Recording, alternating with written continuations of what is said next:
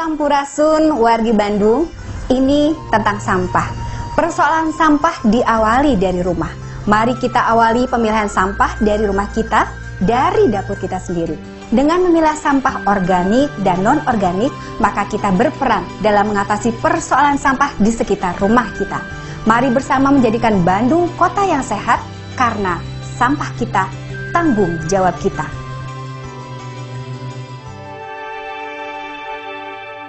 Bandung, kota yang awalnya dirancang oleh Belanda untuk menjadi contoh perkotaan yang ideal dengan prediksi jumlah penduduk maksimal 250 ribuan sesuai luas wilayah dan daya dukungnya.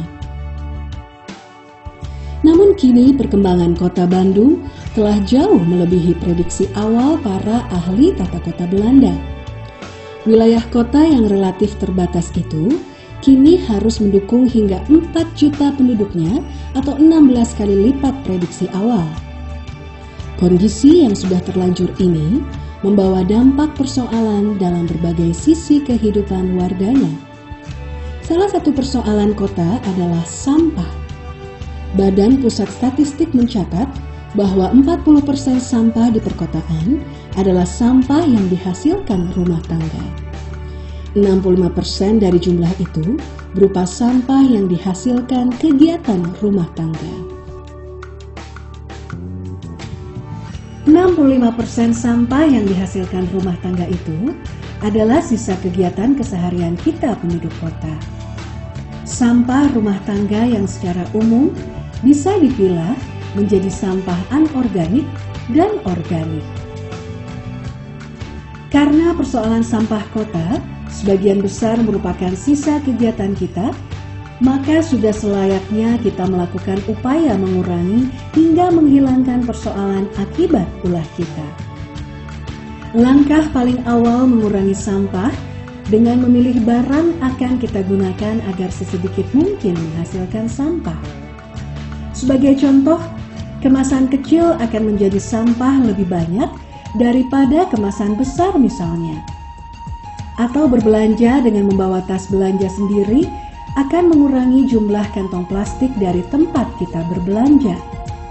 Bayangkan, bila satu ibu membawa satu kantong plastik belanja dari satu toko, maka bila itu 25% saja dari penduduk Bandung, maka akan ada 1 juta kantong plastik yang akan menjadi sampah.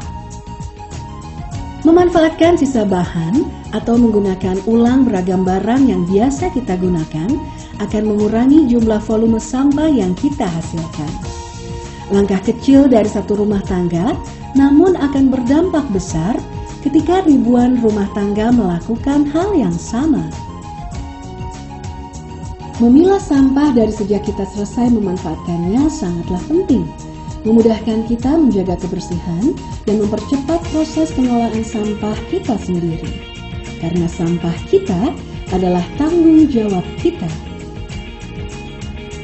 Ketika sampah anorganik sebagian kita manfaatkan ulang dan sebagian besar ada yang menampung untuk didaur ulang, maka sampah organik rumah tangga sebagian besar belum dimanfaatkan bahkan menjadi bagian terbesar sampah kota kita. Kini saatnya kita mengambil peran mengolah sampah yang kita hasilkan, mengubah limbah menjadi berkah. Dedaunan dan sisa organik yang keras bisa menjadi bagian dari pengisi lubang biopori atau diolah menjadi pupuk kompos. Sisa dapur dan sisa makanan kini bisa diolah menjadi biogas dan pupuk cair.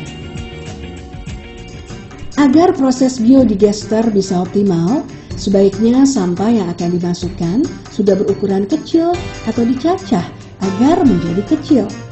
Direndam dalam ember berisi air atau pembilas sisa makanan yang tidak tercampur sabun. Proses digester akan menghasilkan pupuk cair sesuai volume sampah yang dimasukkan. Pupuk dalam bentuk cairan tersebut bisa dimanfaatkan sendiri untuk pupuk di kebun halaman kita atau pada vertical farming atau garden. Gas yang dihasilkan biodigester bisa dipantau dari manometer dekat kompor. Besar api kompor dengan bahan bakar biodigester bisa diatur dengan kombinasi asupan oksigen yang ada pada kompos. Residu padat atau serbuk sisa proses digester secara berkala setiap 6-12 bulan bisa diambil agar volume digester tetap memadai dan serbuk itu juga bermanfaat sebagai pupuk tanaman.